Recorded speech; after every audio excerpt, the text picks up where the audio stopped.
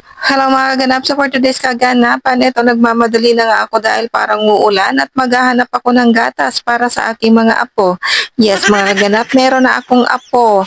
Sa mga hindi nakakaalam, nanganak po ang aking si Cookie. Kaya ito, kinukulang na siya ng gatas. So naghanap tayo ng gatas.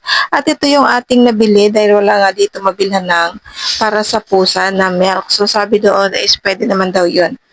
Oh, so ayan mga kaganap, nasa bahay na nga pala ako at inabutan ako ng malakas na ulan. Oh, ito yung mga apo ko mga ganap, ipapakita ko sa inyo. Yan ay pagtitimpla natin ng gatas. At ito, ready na sila para mag-milk. So, ito mga ganap, hindi pa tayo nakapagbihis dyan dahil inuna ko syempre yung mga apo ko dahil gutom na gutom na. O, ayan, kita niyo naman yan kung gaano ka-cute yan.